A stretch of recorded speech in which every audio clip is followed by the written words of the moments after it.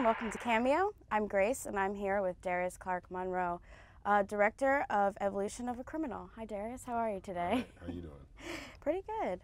I know that previously you've done fiction shorts, so what made you choose to tell this story as a documentary as opposed to a fictional narrative?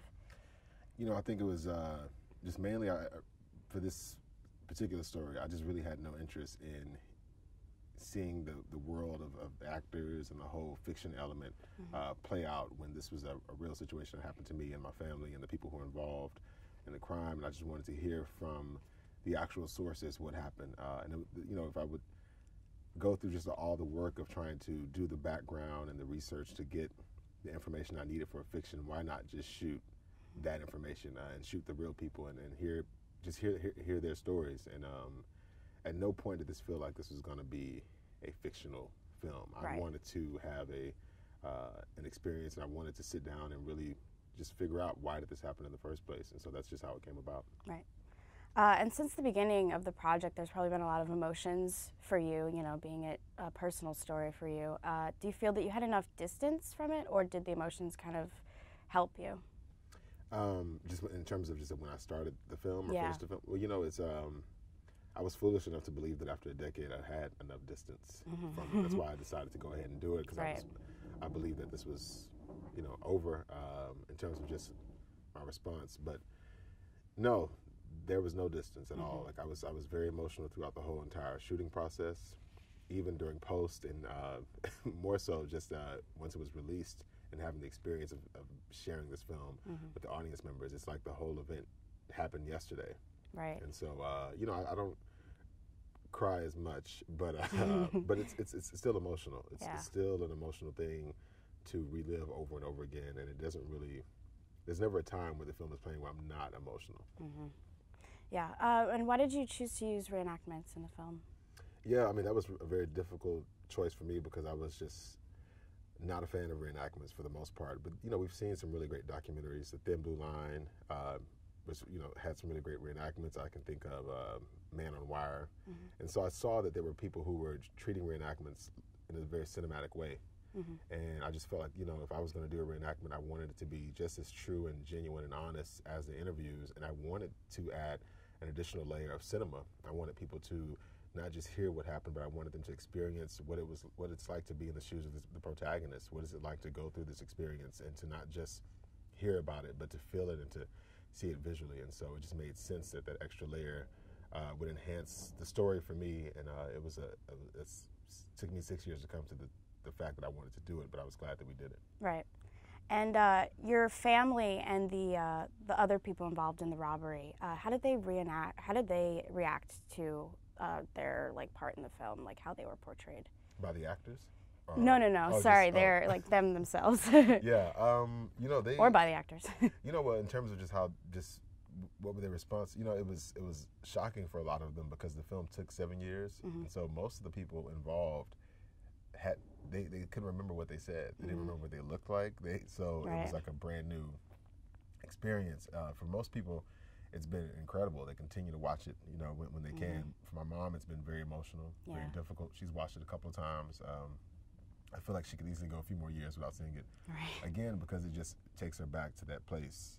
And so every time she feels like she's over it emotionally, when she sits in the theater, she's overwhelmed again, just with all of these thoughts and feelings about the whole experience. And how about the other people involved in the robbery? The accomplices? Yeah. You know, well, Trey, he enjoys it. You know, he's a father now of 2 sons, and we were recently in Houston, and he brought his family out to the screening. Oh, wow. Pierre, we don't really communicate anymore. So after the interview, that was the last time we spoke. So I'm hoping he'll be able to see it once it airs on PBS. Okay. And was there any point before making the film that you felt comfortable telling anybody your story? Oh yeah, I mean, just throughout. I mean, since I was released from prison, there were always close friends and coworkers where it would just come up naturally, because people just, you don't want to talk about your past, but people will ask me questions about where were you in 98 or 1999 to 2000, and so there were just years that I just couldn't fill with lies. So I had to just, you know, be honest about, well, I was not out, I was incarcerated. But you know, it's for me, it's just, you know, just a natural relationship between friends and close associates where you share things. But I never felt compelled to tell it to anyone outside of that circle. How do you feel that this documentary has changed you as a filmmaker? You know, this documentary really just threw me into the gauntlet.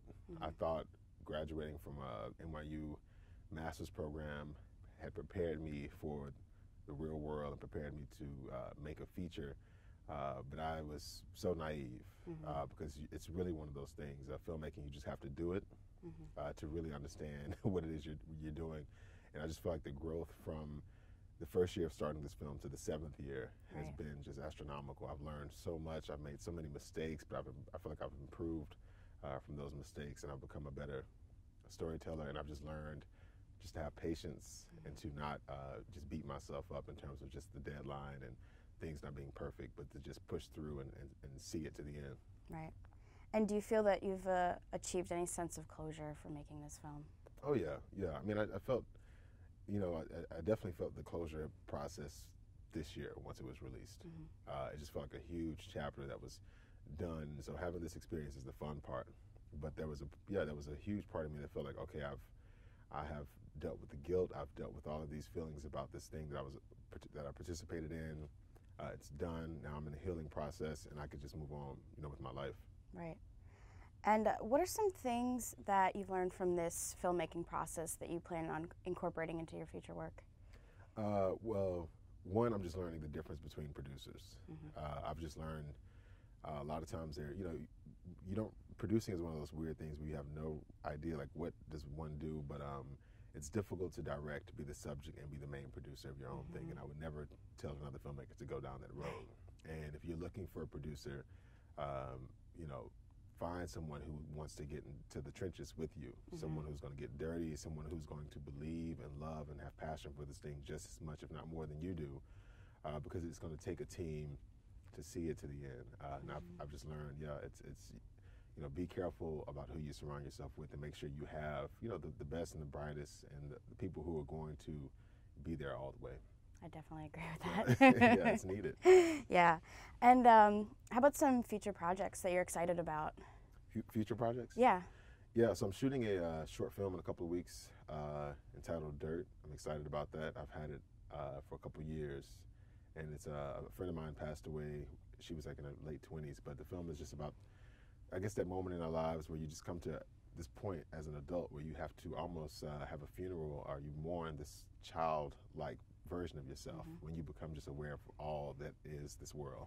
And you have to just put that away to survive and to continue going forward. So we're shooting that in Texas, and then I'm also shooting, hopefully, a fiction feature film entitled Year of Our Lord, which is a story of a young couple who live in Bed-Stuy, Brooklyn. They're just grappling with the fact that their 7-year-old kid may or may not be the second coming of Christ. Wow. And so it's a psychological thriller, and I'm really, really excited to get that out. That's very interesting. And for Evolution of a Criminal, where can we see it next? What's happening with it next? So we're still screening in a few theaters, a few festivals, and then it's going to be on PBS Independent Lens January 12th, 2015, and then I think January 20th it's going to be available on iTunes, and then March it's going to be on Netflix. And so we're trying to get it out. That's very exciting. Yeah, thank you. Yeah. All right, well, thank you so much for coming on, and it was for really great talking to you. Appreciate it. Yep. And we'll see you next time here on Cameo.